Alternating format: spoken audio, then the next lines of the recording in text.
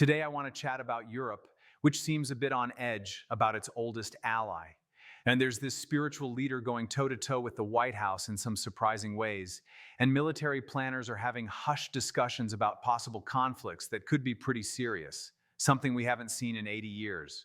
Oh, and there's this collection of photographs that's making everyone rethink just how intertwined the most powerful folks on the planet were with one of history's most notorious figures. And just wait, I've saved the most shocking part for later. Having spent years in big name media where they have a way of telling you how to shape a story before you even get the facts, I've seen some pretty wild things. I watched editors twist facts to fit their narratives and producers yank stories that might ruffle some feathers. It dawned on me that I had a choice: keep quiet and stay in my safe little bubble, or step out and share what's truly going on. So here I am, flying solo, accountable only to you, bringing forth stories that really matter without any corporate spin. Now, what I do here is no walk in the park. While other channels crank out catchy titles and recycled chatter, I invest hours sifting through sources, cross-referencing claims, and double-checking every single detail. The last thing I want to do is spread false information in a world already flooded with it. If you see the value in this kind of thoroughness, I genuinely appreciate your support. Hit that like button, subscribe to my channel, and if you can, think about sponsoring this work.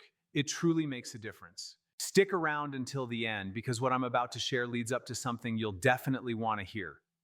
Europe has been living with the word crisis hanging over its head for so long that it's almost like background noise now. But what's happening right now? This is something different.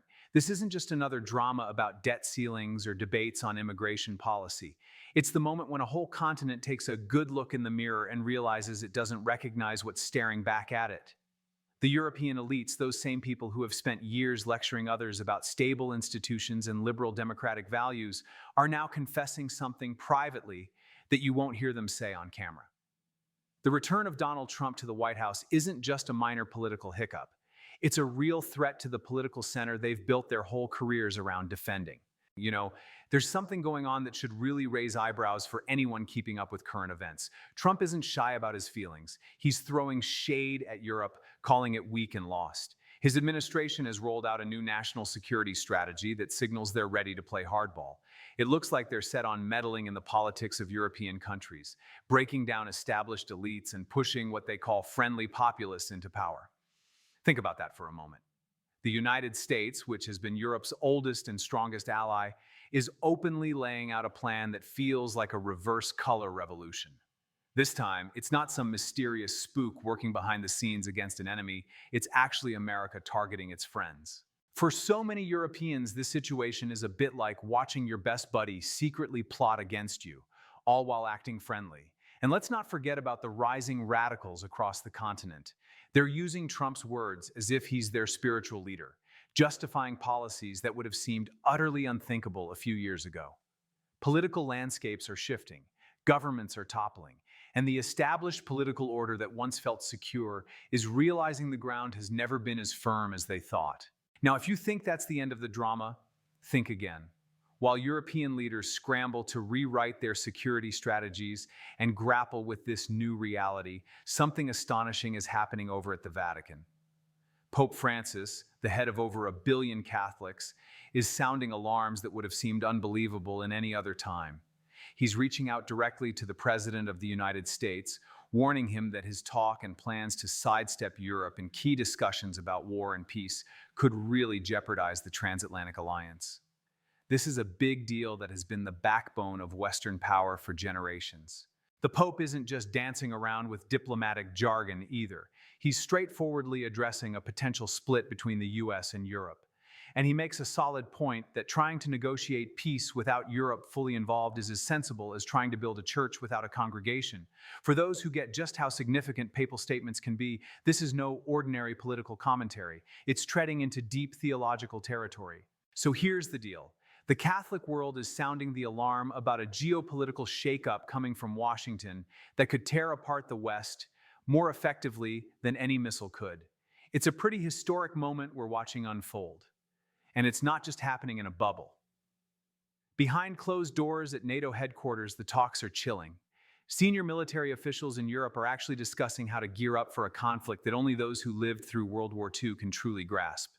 This isn't about minor scraps or little fights. We're talking about a massive war that could change the entire landscape of continents. Now, the strategists who are looking at the new US policies are sounding warnings that this shift might set off a wave of rearmament across Europe that we haven't seen in 70 years. When you check out the documents from US policymakers discussing plans to alter European leadership and the potential for escalating security guarantees, the phrase, the end of NATO as we know it, doesn't sound so exaggerated anymore. It actually feels like an understatement. So, you've got generals crunching numbers to figure out how much GDP needs to go towards defense, while politicians seem to be jumping toward populism because the traditional middle ground is falling apart. And then there are regular folks like you and me, stuck in the middle of fearing a huge war while also being worn out from a seemingly endless stream of crises. But a lot of people might not notice what's really going on here. The system that kept peace for all those decades is crumbling, and ironically, the very people who should be holding it together are tearing it apart. Now, if this turmoil were just happening on its own, it would be concerning enough. But the real hit to Washington's reputation as the moral compass of the free world isn't just coming from NATO or European leaders. Nope, it's actually linked to an archive of records from a guy whose name has unfortunately become a symbol of the dark side of the elite, Jeffrey Epstein. Recently, Democrats in Congress dropped a new batch of photographs from Epstein's collection, and what's surfacing is rocking the media world. We're talking about tens of thousands of images, and among those we've seen so far, there are photos featuring Donald Trump, Bill Clinton, Bill Gates, Steve Bannon, and Richard. It's a tangled web that's certainly stirring the pot in ways we can't ignore. It's wild how many images are surfacing, almost 100,000 of them to be exact, showing a closed circle of power where billionaires, presidents, tech giants, and consultants used to mingle on yachts, at grand villas, and at parties that now seem like scenes straight out of a political nightmare. Officials are trying to take a careful stance by saying that just because someone is in a picture with another person, it doesn't automatically mean there's any wrongdoing. Though let's be real, public opinion doesn't really work that way. When people spot someone in a photo with a name linked to a network of wrongdoing, they're not going to sit back and wait for the legal system to hand down a verdict before forming their opinions. Those images tell their own story, and it's a compelling one. The Democrats on a key congressional committee have admitted they've only scratched the surface of these photographs, yet they've already released 19 to the public and are pushing the Justice Department to put out more, arguing it's in the public interest. Each new image adds another chapter to this unfolding saga. You've got a signature from a former president next to faces that later pop up in criminal investigations, or a well-known philanthropist hanging out in places that people have learned to associate with manipulation and harm. With every new release, it feels like there's a growing divide between what these public figures claim to represent and what these pictures imply about their private lives. What's particularly striking is that we're observing a huge crisis of trust unfold on three different fronts. First, there's Europe, with the American president openly calling it weak and in decline, even suggesting in his strategy documents that he might meddle in the domestic affairs of countries that have long been seen as examples of liberal democracy. Next up, we have the Pope stepping up as a kind of moral counterbalance to the White House, urging American leaders not to tear apart an alliance that was carefully built following the disasters of the last century. And finally, there are those old photographs filled with smiling faces that now run powerful nations, corporations, and foundations. It's funny how the closer they were to Epstein, the more their calls for better values become fodder for cynicism and laughter. You can go back and forth about the president's choice of words or whether the Pope is right about the alliance taking a hit, and there's plenty to say about those names popping up in Epstein's archives. But at the end of the day, when you cut through all the chatter, what you see is a West that's both scared of outside threats and busy tearing itself apart from the inside. It's pretty striking when you think about it. The leader of the biggest superpower is calling out European partners. The Pope is openly disagreeing with the White House, and then there are parliamentary investigators splashing tens of thousands of scandalous photos online. This isn't just another political drama. It's turning into a serious test for a civilization that thought it was unshakable for way too long.